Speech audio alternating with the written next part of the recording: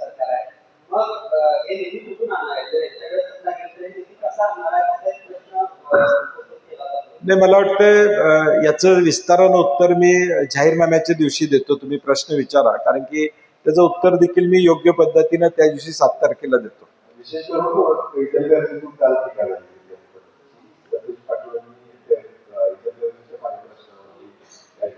नाही, राहुल आवाडे अजून लहान आहेत, त्यांना काय बोलायचं कळत नसेल कदाचित. आधी तो बच्चा आहे, त्यामुळं फार त्यांच्यावर बोलण्याची आवश्यकता असं मला वाटत नाही. तुम्ही वर्षभर तुमची सत्ता आहे, महायुती आहे.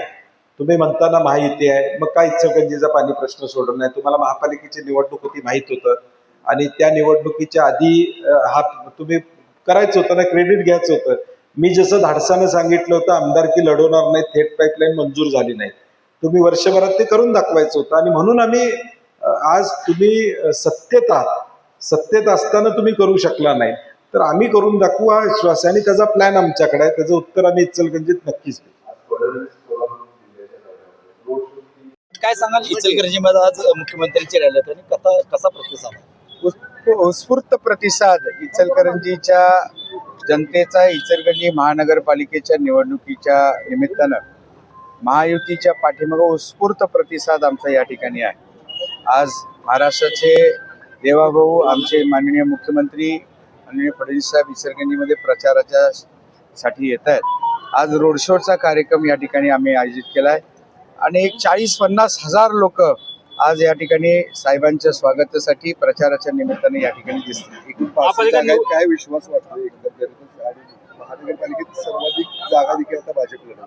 आमच्या इचलकरंजीच्या जे आता निवडणूक आहे 65 पैकी साधारण 55 ते 60 जागा आम्ही आता महायुतीच्या निमित्तानं आम्ही जिंकू अशी खात्री मला या निमित्तानं वाटते. नव्याने महापालिका झाल्यानंतर पहिलीच निवडणूक आहे, कशा प्रकारचं नियोजन आहे, काय विश्वास वाटतो, काय एजेंडा आहे? नियोजन अतिशय नेटकं आहे. महानगरपालिकेची निवडणूक पहिली असली तरी इचलकरंजीची जी इलेक्शन जी अगोदर झालेली त्याला होऊन 10 वर्ष झाली, 9-10 वर्ष झाली. आणि या 9-10 वर्षामध्ये लोकांना आपले नगरसेवक निवडून द्यायचा एक उत्स्फूर्त त्यांच्यामध्ये उत्साह आहे आणि विकासाचा अजेंडा घेऊन आम्ही इलेक्शनला जातोय.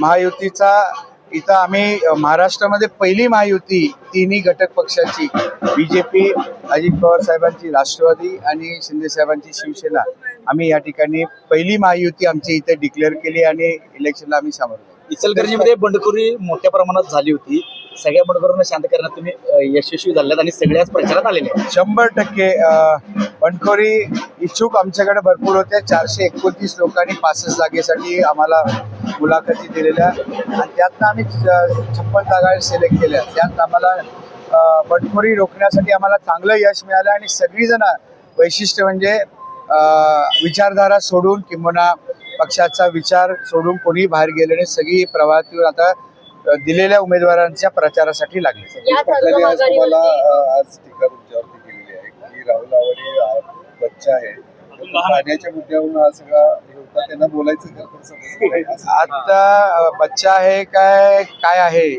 या लोकांनी इचलकरंजीला 1 वर्ष अगोदर त्यांच्या उमेदवाराच्या विरोधात जिल्ह्यात सगळ्यात जास्त मतांनी निवडून दिलेला हा उमेदवार राहुल आवाडे.